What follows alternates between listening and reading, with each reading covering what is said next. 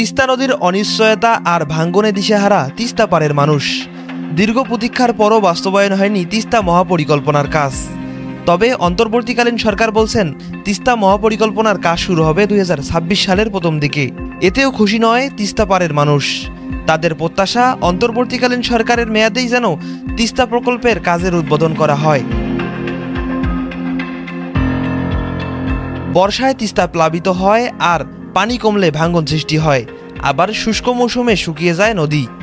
নদীর এই বৈরী আচরণে বছরের পর বছর ক্ষতিগ্রস্ত হচ্ছেন তিস্তার তীরবর্তী মানুষ। প্রতিবারই প্রতিশ্রুতি আসে তিস্তা মহাপরিকল্পনার কথা, কিন্তু কাজ শুরু না হয় ভরসা হারাচ্ছেন উত্তরাঞ্চলের মানুষজন। তারা বলছেন জানুয়ারিতে নয়, চলতি বছরের ডিসেম্বরেই প্রকল্পের উদ্বোধন দেখতে চান তারা। যদি এই তিস্তা মহাপরিকল্পনা বাস্তবায়ন হয় তাহলে আমাদের উত্তরবঙ্গের মানুষ আমরা সুখে শান্তিতে এবং আমরা বসবাস করে থাকতে পারবো। 7-8 বার বাড়ি ভাঙছি, এখন 20 সম্পত্তি আছে, এখন নদীর গর্ভে গেছে, এখন বিলীন হয়ে গেছে, ফকির অবস্থা হয়ে গেছে। আবার নদী ভাঙলে পানি উঠলে আমার খুব কষ্ট হয় মানে আমরা থাকবো তার জায়গা না থাকে। গরু বাছুর সমস্যা, ওই গরু বাছুর ছাগল ছেলে ভাসি যায়। আমরা তিস্তা বাদ চাই, নদী শাসন বাদ। যে জানুয়ারিতে, কিন্তু জানুয়ারিতে একটা জিনিস হচ্ছে যে একটা ভোট, এই ভোট নিয়ে হয়তো বা হেরফের হতে পারে। এজন্য আমাদের দাবি ডিসেম্বরে কাজ শুরু করেন। চীনের 50% নিয়ে না হয় জানুয়ারিতে কাজ করবেন।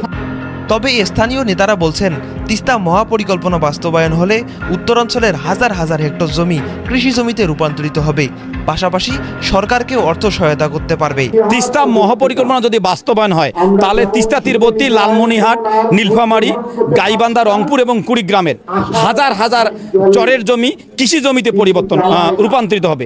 এই কৃষি জমিতে রূপান্তরিত হলে এই অঞ্চলের কৃষিতে একটি বিপ্লব ঘটবে, যা বাংলাদেশের অর্থনীতিতে ভূমিকা রাখবে।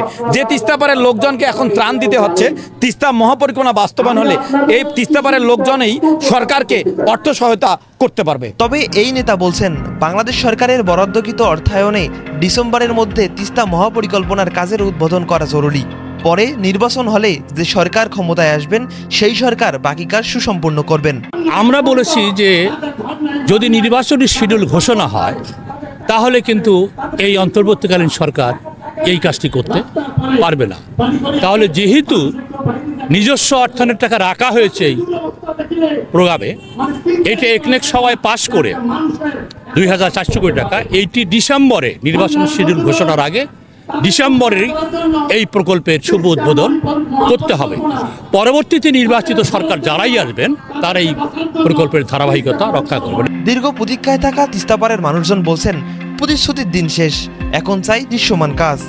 অন্তর্বর্তীকালীন সরকারের মেয়াদেই তিস্তা মহাপরিকল্পনার কাজ শুরু হবে, এমনটাই প্রত্যাশা তিস্তাপাড়ের হাজার হাজার মানুষের। রিমন চৌধুরী, বর্ণমালা নিউজ, লালমনিরহাট।